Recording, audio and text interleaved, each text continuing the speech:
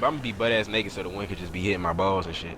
Chances are at some point you've played a game with a navigational HUD. Whether it's a minimap, compass, or an objective list, these situational reminders serve to help the user on their journey without having to open a menu. They can be found in thousands of games, and although each game does them slightly differently, they all share one thing in common: they suck. While it may be convenient to have information like this up on the screen, these elements take up valuable space and can often have the player focusing on these more than the game itself. I mean, look at the original updated HUD Dead by Daylight had planned. You have to look here, and here, and here, and here, and also here while trying to focus on what's going on in the game. Besides being cluttered, it removes any sense of immersion the game may have had. Imagine playing Ghost of Tsushima and trying to engross yourself in feudal Japan only to have a fucking submarine HUD on top of your screen. Yeah, wouldn't be the best experience. This got me thinking.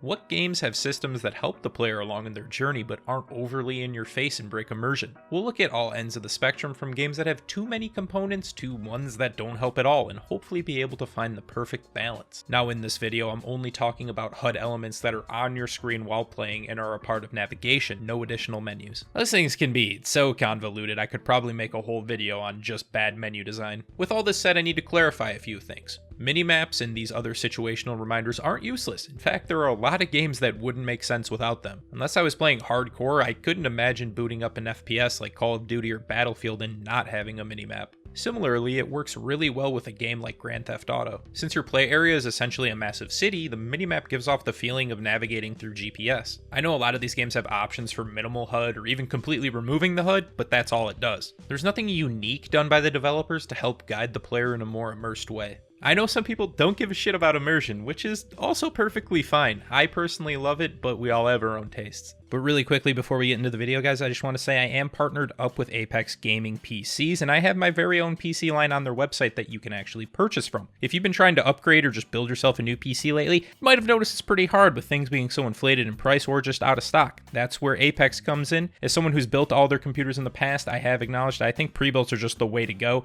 and Apex is definitely the company you want to do it with. They have a super knowledgeable staff, and they can get you all those parts that you want, like a 3080 or a Ryzen R9. Any of that stuff you can get. It's going to be really nice, so make sure to just go check the link in the description if you're interested, and just browse my line too. And if maybe you see something you like, you can also use code TONY for an additional 5% off. Thank you. Now let's get back to the video. Let's first talk about games that I think have bad HUD elements. I'm not saying by any means that these games as a whole are bad. Actually, quite the opposite, but I think there are definitely areas where they could be improved.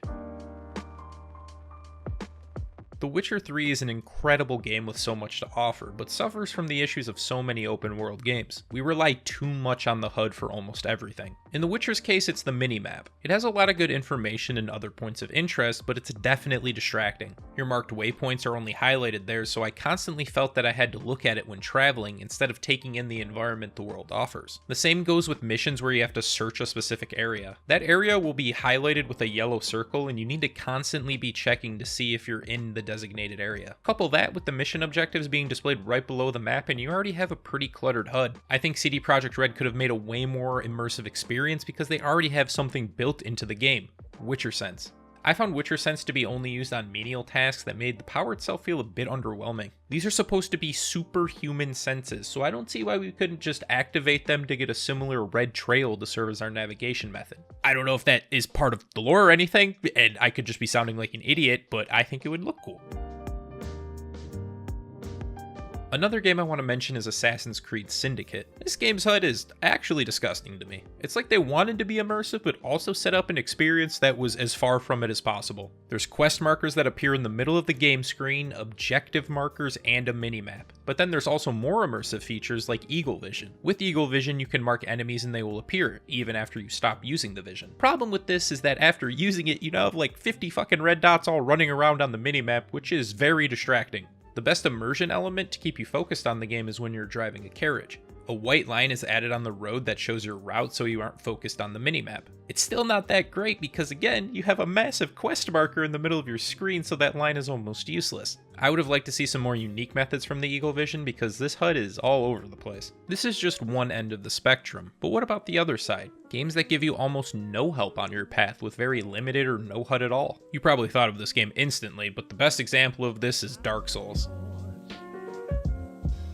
Soulsborne games are an extremely interesting case. There are no directions nor hand-holding, and although the game is technically linear, the path you take isn't always the same. When discussing Dark Souls, everyone knows what must be done in order to progress, but if you watch two different people playing the game, at some point they'll be on a completely different path. You play the game to obtain boss souls from each boss, but not everyone kills the bosses in the same order, so you end up feeling more in control. The only way to know you're actually progressing is through bonfires or beating the boss of that area. Is this the most immersive experience possible? Truly feeling like you're on your own in a new area and having to figure out where to go with no other information? Some may argue that it is, but like I mentioned, the game is technically linear, so forward is really the only option. In these cases, do you need a HUD to assist you? Personally, I think a HUD could definitely help, as anyone who has played a Souls game can attest that they've been lost on many occasions. But would I add one? Fuck no! The games are obviously created as a challenge, so adding in something like a HUD to assist you wouldn't fit the direction. Now we've covered both extreme ends of the spectrum, but what about a middle ground? I think there are plenty of games that have good HUD elements, but still don't give you that utmost immersed experience. Like Assassin's Creed Syndicate, Mafia uses on-screen markers when driving. The difference with Mafia is that it makes use of the environment by using street signs to guide you to your destination. At each intersection, a sign will indicate if you need to go straight or turn left or turn right. People use street signs in real life to help with directions, so this really adds to the immersion. However, the game isn't perfect because there's still an intrusive minimap in the bottom corner. Fable 2 and 3 use a golden trail to help the player navigate. The idea of it fits in very well with the fairy tale fantasy aesthetic, but the fact that it's pretty on the nose of just, hey, go this way, makes it not really immersive. And an almost perfect immersive game, and one that actually inspired me to make this video, is Ghost of Tsushima.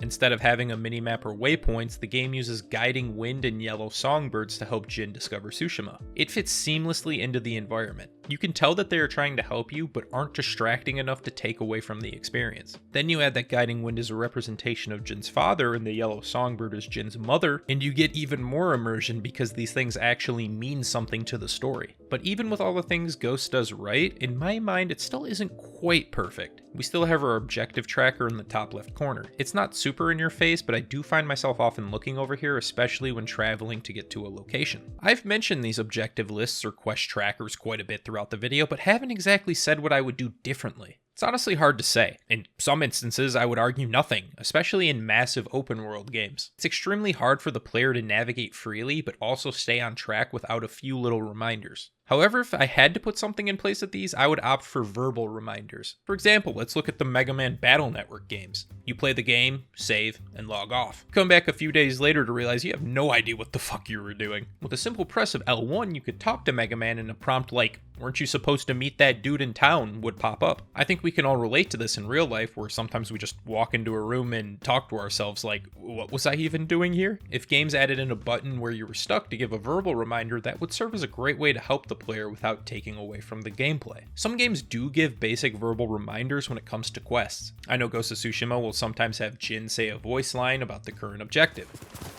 Blue hydrangeas like the musician mentioned. It must be close.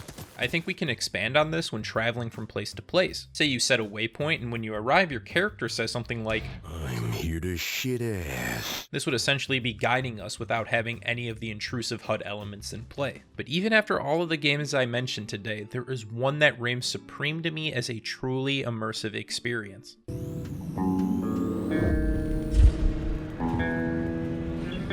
Last Light is a post-apocalyptic themed FPS with many stealth and survival horror elements. You might be thinking to yourself, well, Tony, Metro is a pretty linear game, there's not much need for any navigational help. That may be true, but the way in which it's presented is done better than any other game. A majority of the game takes place underground in the Metro, which gives the game a very dark aesthetic. And while the game may be linear, there are plenty of tunnels and offshoots to explore. In the game, one of the pieces of equipment our main character Artyom is equipped with is a lighter. It has a variety of uses, including lighting fuses of grenades, burning cobwebs that would slow us down, and lighting torches in dark areas. All pretty standard things of a lighter. But you might not know that the lighter is one of our main guiding tools. That's right, the smoke emitted from the flame will actually drift in the direction of the nearest objective, giving us more immersive yet less concrete directions for us to proceed. We also have an objective list in the game, but it's written down on RTM's clipboard notepad, rather than just pasted on the screen. We can pull out the clipboard when we need a reminder of what our quest is without having to pull up any external menus. The notepad is also equipped with a compass that will point us in the direction of our next objective, just as the lighter smoke does. Now you're probably thinking, why not just use the clipboard since it has both the objective list and the compass? And this is the point where we get into something really cool. You know how I mentioned Metro has a very dark aesthetic? Well, imagine yourself in an underground tunnel in pure darkness trying to read what's written on a notepad. Yeah, it's gonna be a bit difficult. I can't see fucking shit. To counteract this, we use both the lighter and the notepad at the same time. The lighter will illuminate the words on the notepad, allowing us to see the objective list, but also point us in the right direction. Just the lighter or notepad on its own would be super immersive, but then you add the fact that they both have other uses in the game and can be used in conjunction with each other, and you have yourself one of the most immersive experiences in gaming. I hope you all enjoyed the video. Video game development is incredibly complex and so much time is put into every aspect, including how players will navigate their environment. Devs need to decide what methods the player will have to assist them and present them in a way that best fits their ideals. It's an incredibly difficult concept and every type of game is different. You don't have to create the most immersive experience to make a great game, but with how cookie cutter some of the elements can be, I really appreciate any attempts to try something unique. What do you guys think? Let me know if there are any games with HUDs that you really liked or ones you just hated. Also, let me know what you feel about games creating an immersive experience. Do you like it or couldn't care less? As always, gotta give a huge shout out to the people over on Patreon. If you're looking to support me in any other way than just watching the videos, this is definitely the way to do so. We got a bunch of different tiers with cool rewards, including things like early access to videos, exclusive content that won't be on the main channel, being able to vote on games I play on stream, or even having your name at the end of the videos like these wonderful people. And if you enjoyed the video, I'd greatly appreciate if you dropped a like on it, comment, subscribed if you're new, and maybe hit the bell notification. It really helps out with the algorithm, and with this new transition to content, it would mean a lot. Thank you all so much. I hope to see you here next time. Peace.